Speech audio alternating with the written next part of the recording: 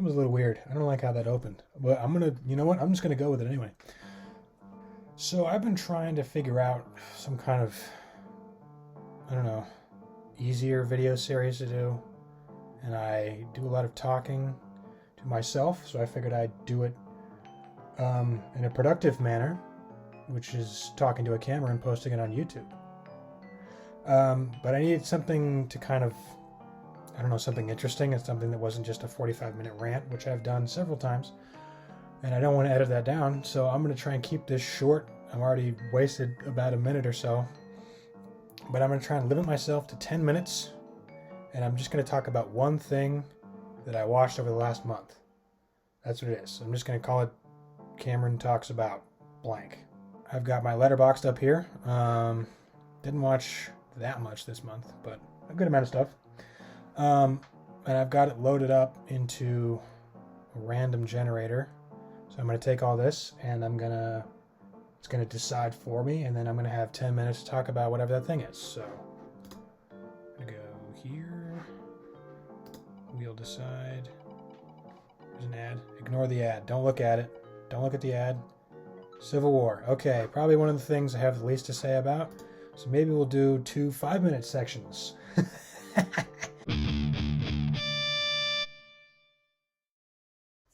And counting. Civil War is not my favorite MCU movie. I kind of just wanted to rewatch it because of Black Panther. I forget, when was this? I watched it on the 9th of September.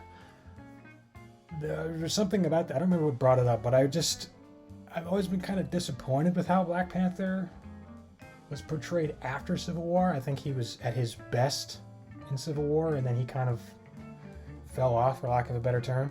He was just so fucking cool in that movie, and he would just, as soon as he walked up, he just started talking shit to everyone, because he could.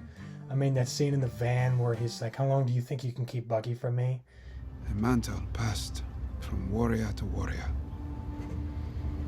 And now, because your friend murdered my father, I also wear the mantle of king.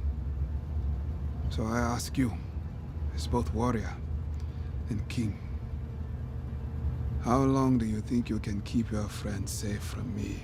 It was the best, I think, the MCU's Black Panther ever was. He didn't need to make jokes. He was too cool for jokes. He was one of the first MCU characters that was just fucking cool. I mean, he was just like, he was a hero. He didn't have to make a quip every 5 seconds. He wasn't like Captain America, where he was just noble to a fault. I mean, he was just like, he was just a badass. And it was like, oh my god. And then you get to the end of the movie where he has this really soft and somber moment where he's finally got Zemo, and he realizes what kind of state this guy is in, and he's like, oh, I can't kill this guy. You know, I'm not going to be any better than him. And I just love that line of, vengeance has consumed you.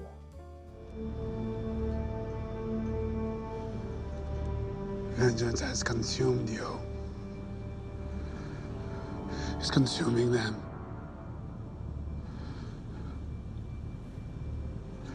I'm done letting it consume me. Oh, it's a great moment, and he's such a great character in this movie. And that's not to say that he's not bad in his other 3 outings. Black Panther, Endgame, Infinity War. He's just not as cool. Especially in his solo movie. He does make jokes, and we see a different side of him. But I don't know, I just liked how fucking cool he was in that movie. And his suit was the best as ever was, in my opinion, in Civil War. So that was the main reason I watched it. It just also brought back memories from 8th grade when Spider-Man came out in that movie, and we were losing our fucking minds because it was Spider-Man in the MCU and Tom Holland. I realize now in hindsight, Tom Holland really does seem like a 14-year-old. I mean, I was 14 when that came out, so it didn't really do anything to me. But now that I'm older, it's like, oh, yeah, he does seem like he's fucking 12, 13, 14. He's a little young. And that Empire joke makes a lot less sense when you get to Homecoming and he's got a Death Star Lego set. It's like, why are you saying really old movie Empire Strikes Back? I mean, it's fine with saying Empire Strikes Back, but why are you saying really old? Like, you know what it is. He acts like he doesn't really know what it is. but he has a Death Star figure. I don't know. It's weird, nitpicky shit, which is why I bumped it down to 5 minutes. But it's what Secret Invasion wants to be. It wants to be that cool, cold spy thriller thing, but Secret Invasion was just...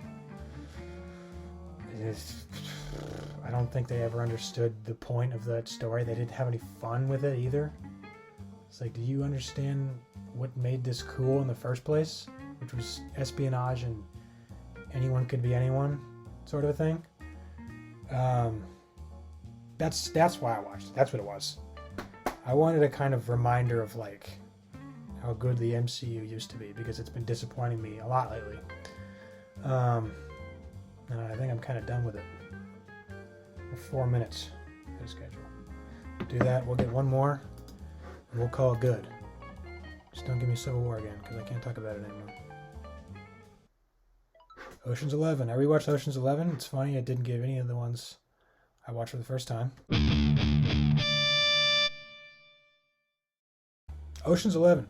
I really like Ocean's 11. I gave it 4.5, which maybe it's a little bit too much. Maybe I went a little bit too far with it, but I like it. It's just a fun comfort movie. I usually watch it once a year, usually in September. Brad Pitt's eating the whole time. I mean, it's kind of a joke now, but it's like a notorious joke. But I just like he's eating most of the time. I like the tricks, even though I know all the tricks. I picked up on some stuff this time. I remembered I noticed stuff I didn't notice before that now I can't remember, which really does me some good here. But it's nice to just see a small, fun movie again. The editing is oh my god, it's so fucking good in that movie.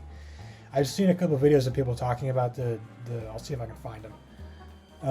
Put them in the description, but I've just seen videos where they just do all the minute, small, little cuts and knowing exactly when to cut and when to go. It's just masterclass of editing. I like they are able to handle that many characters. And I mean, I don't even know if you can really call them characters, but each one of them has their own personality. They all get a moment. They all get, kind of a joke. I like, I don't know his name. It's Scott Conn. I think I actually just nailed it. So I guess I do know his name. He's from Hawaii Five-0. He's awesome. He's with Casey Affleck. And they're the two basically they're the comic relief characters. I just like them a lot. They have really fun energy. I like my favorite bit of theirs is when they're just yelling at each other in the middle of the casino floor. Sir, you were in my face. Into me. You got in my way. I was trying to deliver my balloons. Gentlemen. He's a balloon boy. Balloon boy, yeah, balloon boy. You're spinning on my face. Gets me every time, even though I know the jokes. Someone's tapping on my window. Must be a bird. Nope, it's a fly. I'm getting distracted. Speaking of jokes that don't get old, I just love the Brad Pitt's last line where he picks up Danny Ocean. I've seen the movie. I know his name's Danny Ocean. He picks up Danny Ocean from the prison, and Julia Roberts' character is in the car. I don't remember her character's name. But anyway, she was like, we got to get Rusty, who's Brad Pitt's character's name. I'm getting bogged down in the names here. Anyway, this is going to be a bitch to edit. She just says, we need to get Rusty a girl. And he says, there's a women's prison down the road. It's just so funny to me. It gets me every time. I don't know if it's the delivery or the line itself, but I like it. It's funny. It works for me. It's just a movie that makes me feel good. It's a very warm movie. That's why I put it on. It's definitely a comfort movie of mine. And it's well written, directed, acted, edited. It's just the movie's good. I don't know what to tell you. I mean, you probably already know this. It's been out for a long time.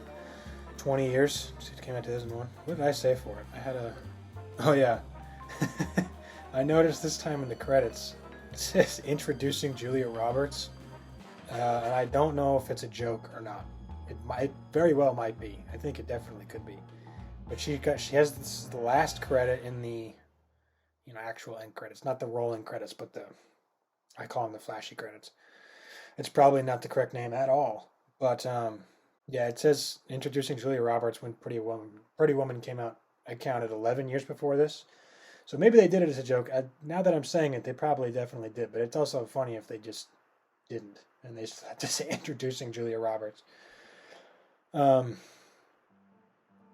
Yes, it's very good. I like Ocean's 11 a lot. That's what I watched. And real quick, how much time do I got? 55 seconds. Hey, maybe I should do these in 4 minutes. That's how fucking quick I am. I just want to see if I get it here. If not, I'm still going to talk about it. Nope, Kung Fu Panda. I don't want to talk about Kung Fu Panda. There's nothing I have to say about it. The last thing I watched this month, which really stuck with me, it's still stuck with me, is...